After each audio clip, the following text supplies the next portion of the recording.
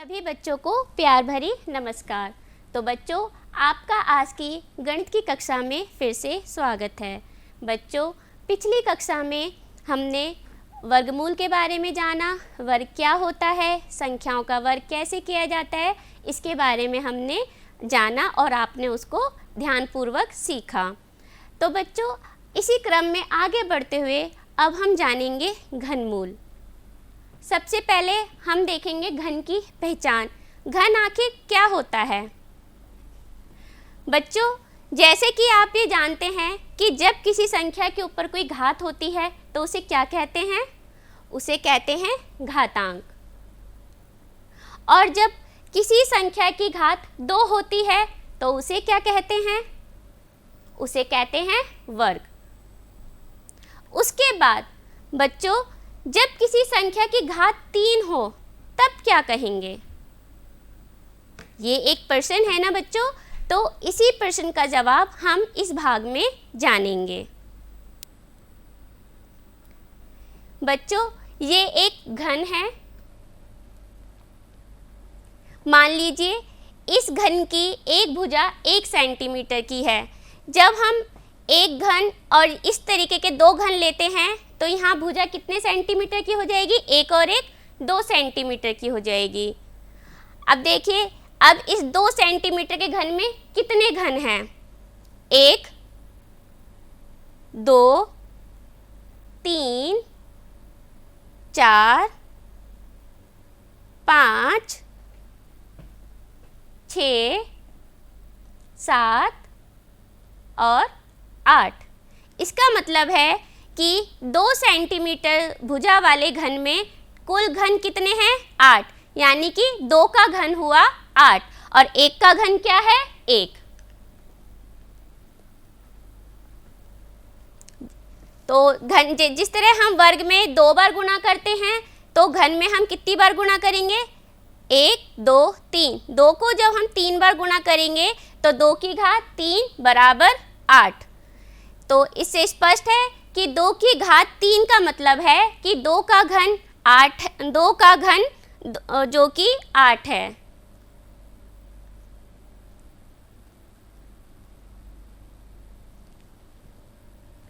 अब आगे बढ़ते हैं। इसी तरह जब हम 3 का घन करते हैं, जब 3 को हम 3 बार गुणा करते हैं, 3 गुना 3 गुना 3, तो 3 की घात 3 बराबर 27। ठीक उसी प्रकार 4 को जब 3 बार गुणा करेंगे तो 4 गुना 4 गुना 4, 4 चौक 16 और 16 चौक 64।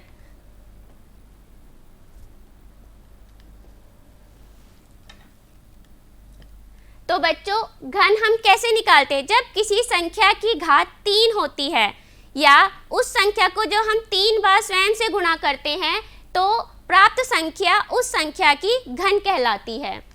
तो 5 की घात 3, तो 5 को 3 बार गुणा करेंगे, 5 गुना 5 गुना 5 बराबर 5 पंजे 25 पंजे 125।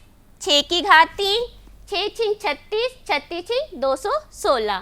ठीक उसी तरह 7 का करेंगे हम, 7 गुना 7 गुना 7, 7 सत्ते 49 और 49 सत्ते 343। ठीक है बच्चों, इसी तरह आप 8 का करके देखेंगे। 8 का 8 गुना 8, 8 अट्टे 64 और 64 को 8 से गुणा करेंगे 512। ठीक उसी तरह 9 की घात 3, यानी कि 9 गुना 9 गुना 9, 3 बार 9 को गुणा करेंगे, 9 निम 81 निम,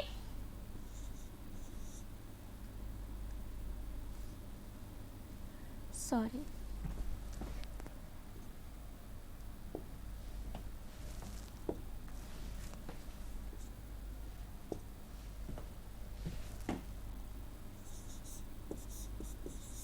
729। और ठीक उसी तरह जब हम 10 की घात 3 करेंगे, यानी 10 का घन करेंगे, तो 10 गुना 10 गुना 10, 10 धाम 100 धाम 1000।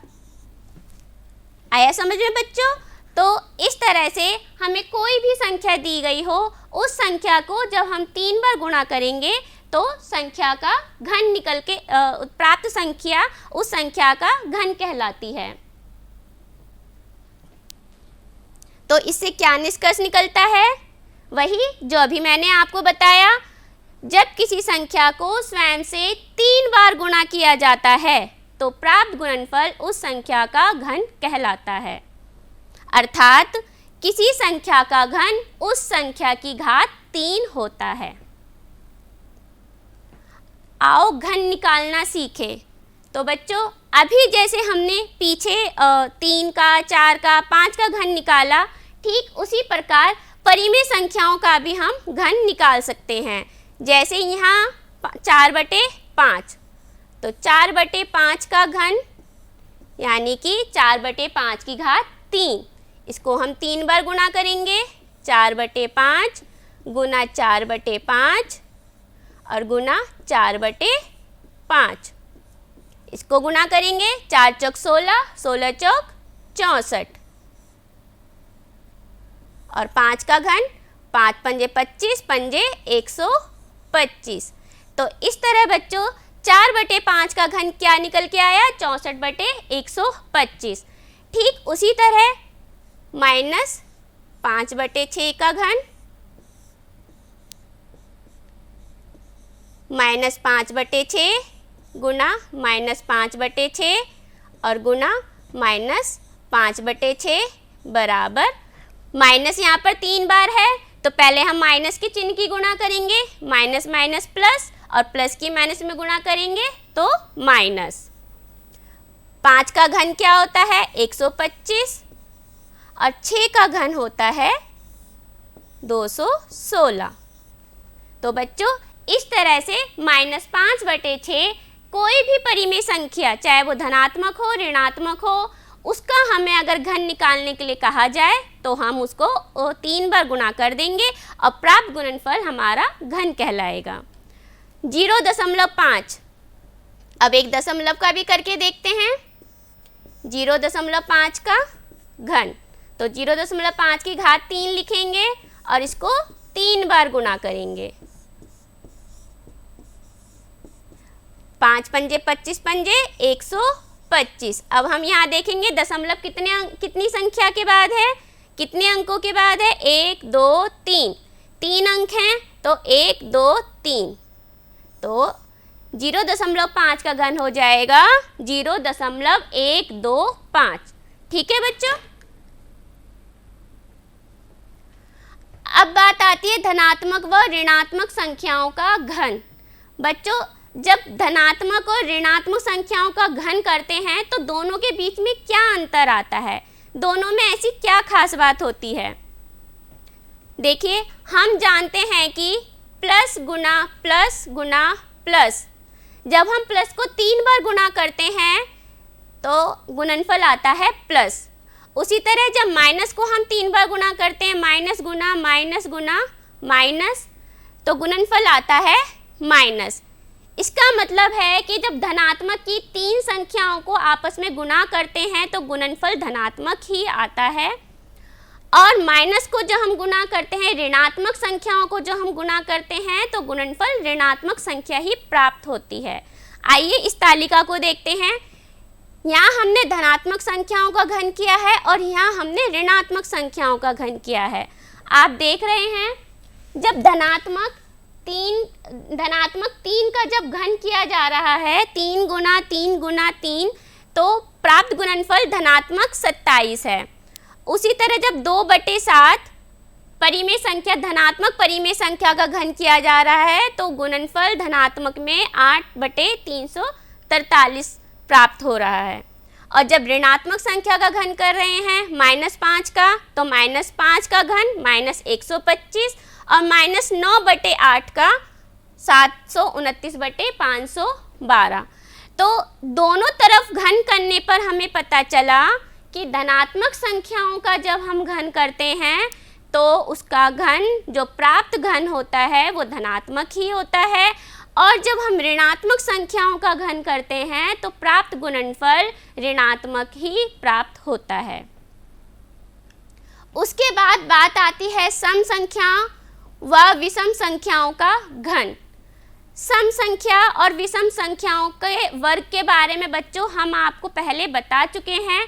जिस तरह वर्ग में होता है कि सम संख्या का वर्ग सम संख्या होती है और विषम संख्या का वर्ग विषम होता है, उसी तरह जब हम यहाँ घन की बात करते हैं तो बच्चों देखिए क्या होता है। इस तालिका पे हम एक नज़र डालते हैं। 11, आप जानते हैं 11 एक विषम संख्या है। जब 11 का घन किया जा रहा है तो संख्या प्राप्त होती है 1331, जो कि एक विषम संख्या है। उसी तरह जब हम आगे बढ़ते हैं 12 एक सम संख्या है। जब 12 का घन किया गया तो गुणनफल प्राप्त हुआ 1728, जो कि एक सम संख्या है।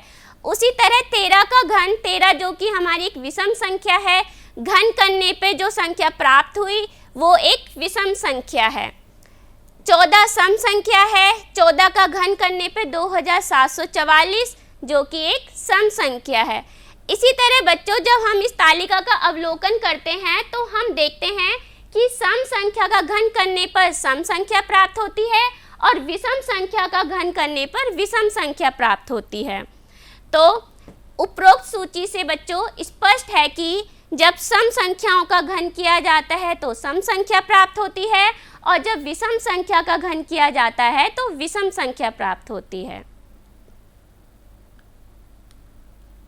आगे बढ़ते हैं। अब है पूर्ण घन प्राकृतिक संख्याएं।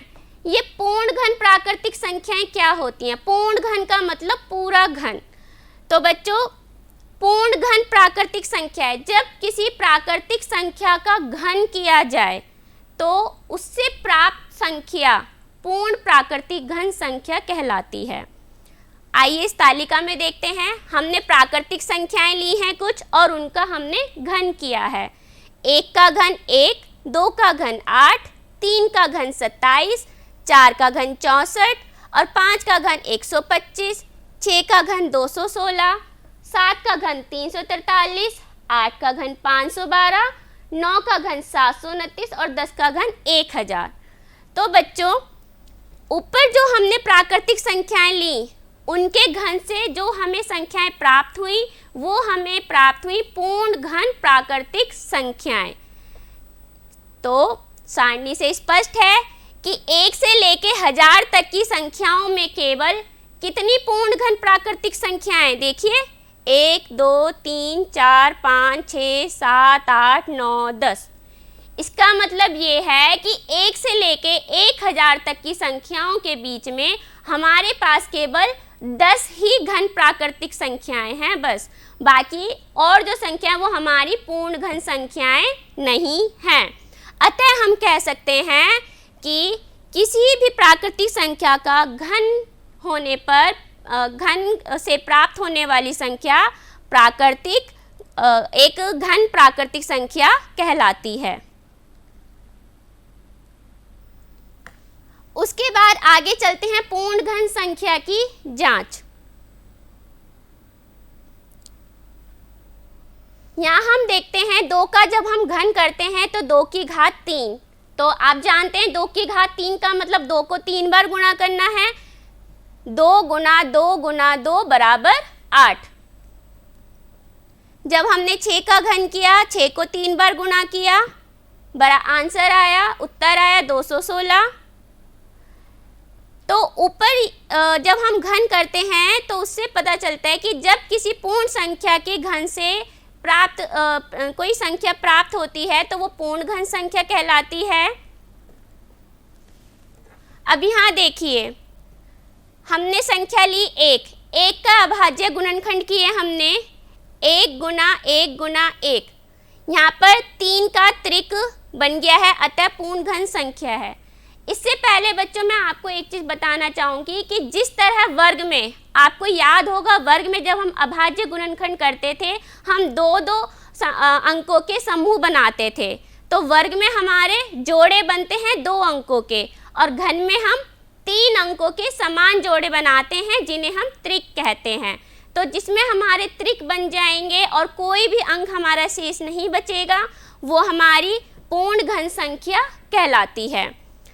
तो इसी तरह जब हमने 1 में ये इसके अभाज्य गुणनखंड किए तो यहाँ पर ये 3 का त्रिक बन गया और कोई भी हमारा यहाँ पर अभाज्य गुणनखंड शेष नहीं बचा, अतः ये पूर्ण घन संख्या है। उसी तरह जब हम 2 का हमने किया तो 2 गुना 1, अब 2 एकम 2, अब यहाँ पर 2 का कोई त्रिक नहीं बना, 2 केवल एक बार आया और फिर दूसरा 1, क्योंकि इसमें 3 का त्रिक नहीं बना, अतः ये पूर्ण घन संख्या नहीं है। उसी तरह जब हम आगे बढ़ते हैं 4 में करते 4 का अभाज्य गुणनखंड निकालते हैं, 2 दूनी 4 एकम 4, इसमें भी क्या हुआ बच्चों, 3 का त्रिक नहीं बना, अतः यह पूर्ण घन संख्या नहीं है। तो बच्चों अब हम आगे देखते हैं, क्या 243 एक पूर्ण घन संख्या है? आइए देखते हैं, हम 243 के अभाज्य गुणनखंड निकालते हैं।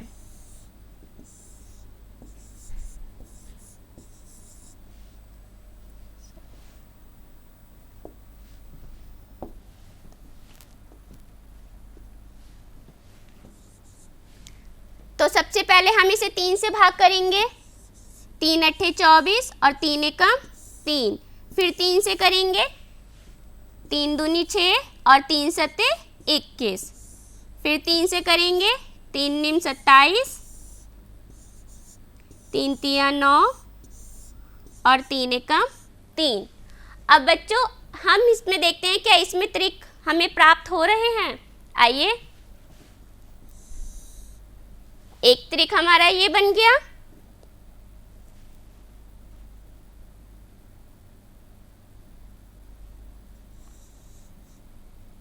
और एक ये, पहले में हमारे 3 का समूह बन रहा है, पर दूसरे में केवल हमारे पास 2 3 है और एक 3 की अभी हमें जरूरत है। इसका मतलब है कि इसमें पूरी तरह से त्रिक नहीं बन रहे हैं, अतः 243 एक पूर्ण घन संख्या नहीं है। अब इसी तरह क्या 729 एक पूर्ण घन संख्या है? 729 का भी इसी तरह से हम क्या करेंगे, अभाज्य गुणनखंड निकालेंगे।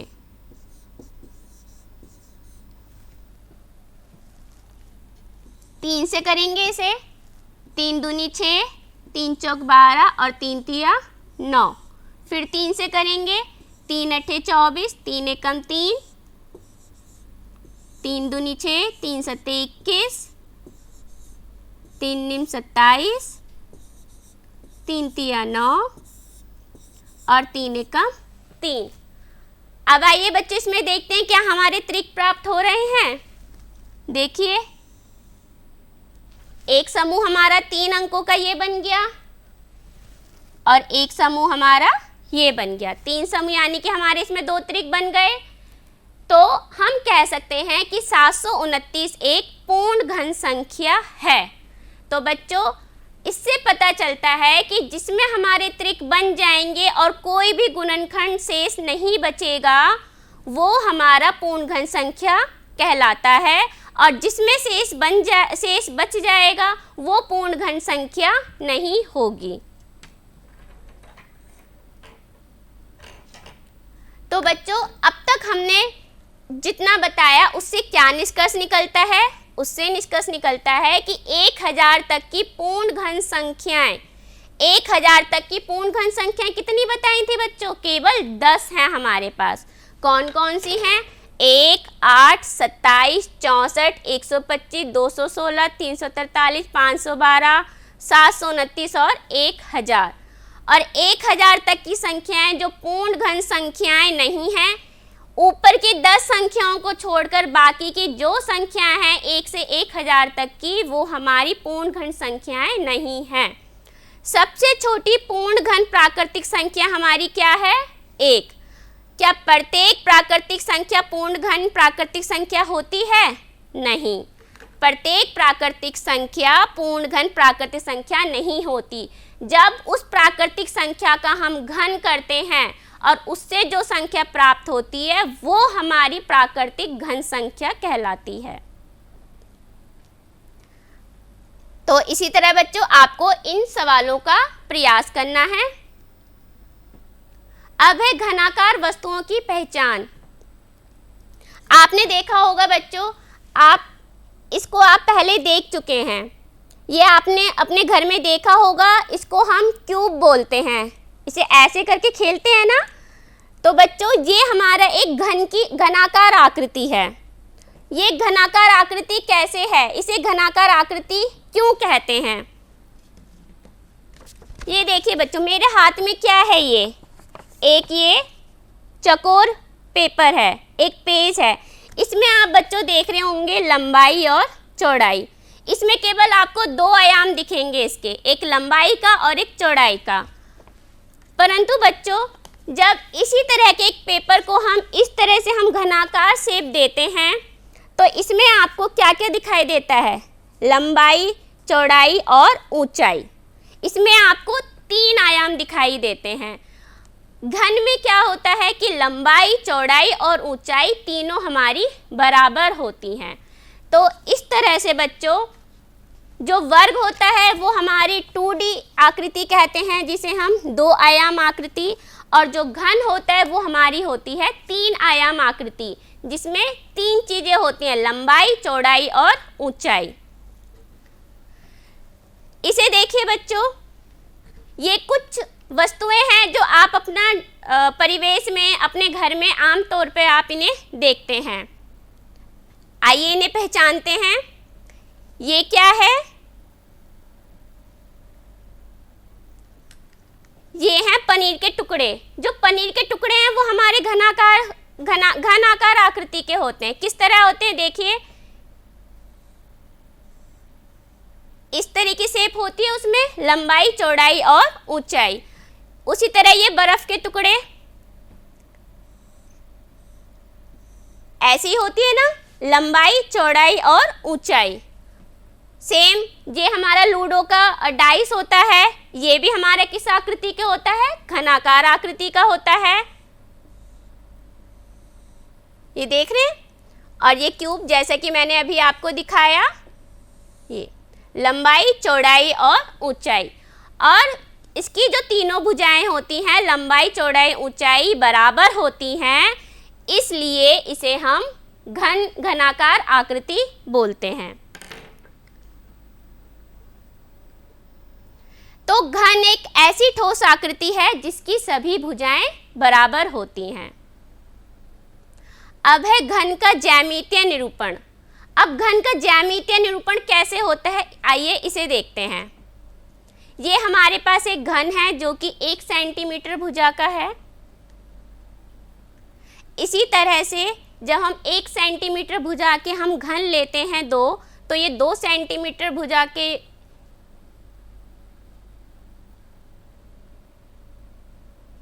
देखा आपने।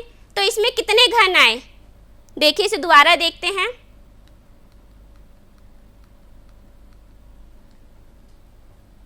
एक, 2, 3, 4, 5, 6, 7, 8।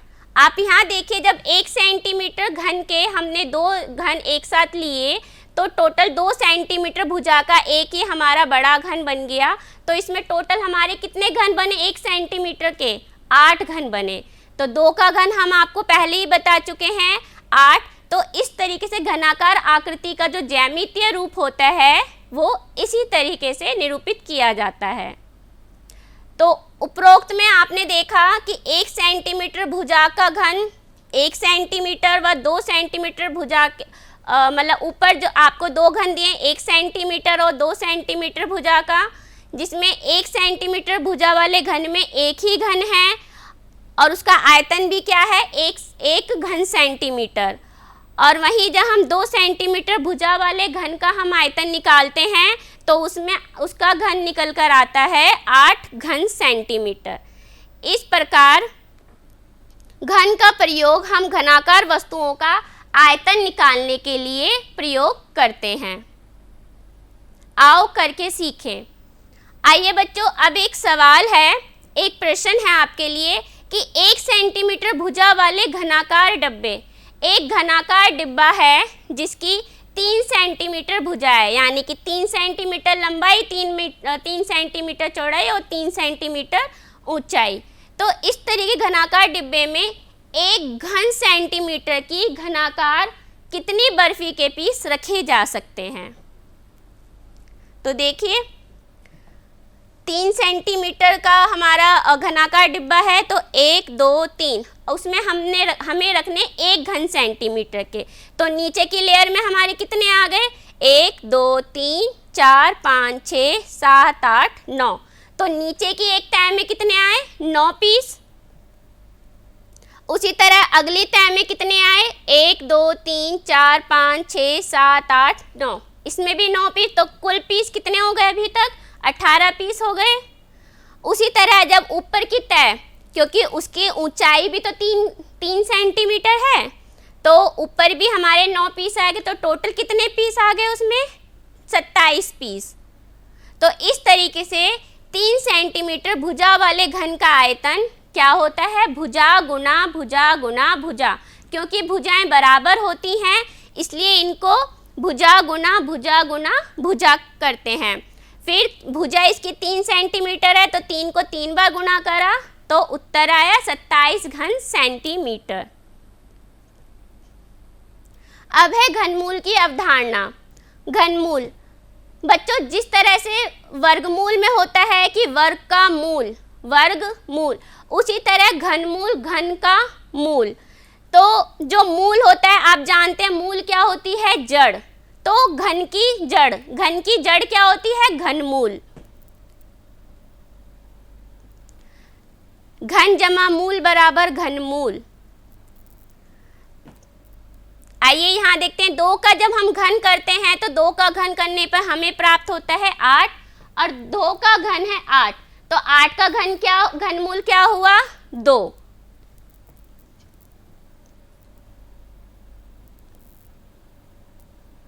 2 का घन 8 और 8 का घनमूल 2। उसी तरह हम -4 का जब घन करते हैं तो -64 होता है, और -64 का घनमूल हमें प्राप्त होता है -4। तो बच्चों, ऊपर हमें करने पर पता चलता है कि घन और घनमूल एक दूसरे के विलोम होते हैं। यानी कि जो घन और घनमूल के बीच का संबंध क्या होता है? एक दूसरे के अपोजिट होता है, विलोम होता है। अब है घनमूल का चिन्ह। बच्चों, इस चिन्ह को आप पहले पिछली कक्षा में आप जान चुके हैं। किस चीज का चिन्ह है ये? इस चिन्ह को बोलते हैं वर्गमूल का चिन्ह। जब इसी चिन्ह में यहाँ पर 3 लिख दिया जाता है तो ये चिन्ह हमारा बन जाता है घनमूल का चिन्ह। किस चीज का चिन्ह बनता है ये? घनमूल। और इसको हम करनी भी कहते हैं। तो बच्चों, इस प्रकार हम देखते हैं कि वर्गमूल के चिन्ह के ऊपर बाईं ओर यदि हम 3 लिख देते हैं तो वह घनमूल के चिन्ह को प्रदर्शित करता है। घनमूल के चिन्ह का प्रयोग हम कैसे करते हैं? 1 का घनमूल इस तरह से, 2 का घनमूल घनमूल 2, और 27 का घनमूल 27। तो इस प्रकार घनमूल को प्रदर्शित करने के लिए इस चिन्ह का हम प्रयोग करते हैं, और घनमूल के चिन्ह को हम करनी भी कहते हैं। तो आज हमने क्या सीखा? हमने घन की अवधारणा को समझा, घन की पहचान करना सीखा, और की संख्या का घन ज्ञात करना सीखा। धनात्मक और ऋणात्मक संख्याओं के घन की हमने विशेषता को जाना कि धनात्मक संख्याओं का घन धनात्मक और ऋणात्मक का ऋणात्मक होता है। पूर्ण घन प्राकृतिक संख्याओं की पहचान की और उनकी जांच की, और घनाकार वस्तुओं की पहचान और उनका ज्यामितीय निरूपण को समझा। घनमूल की अवधारणा, घन और घनमूल के बीच के संबंध को और उसके चिन्ह को पहचान करके उसका प्रयोग करना सीखा। तो बच्चों, जो भी हमने अभी तक सीखा उसी के बेस पे आपका एक ये छोटा सा टेस्ट है। इसको आप करेंगे कि किस संख्या का घन 64 है। 1/5 का घन ज्ञात करना है। घन ज्ञात करने के लिए हम उसे 3 बार गुणा करेंगे। आपका गृह कार्य बच्चों, सभी बच्चे अपनी अपनी गणित की पाठ्य पुस्तक के पृष्ठ संख्या 100 पर दी गई अभ्यास 3A को अपनी कॉपी में हल करेंगे। आशा करती हूँ आज का पाठ आप सभी बच्चों को समझ में आया होगा। ऐसे ही अच्छे से बच्चे पढ़िए और खूब अच्छे से ध्यान लगाकर अपनी पढ़ाई को पूरा कीजिए। धन्यवाद।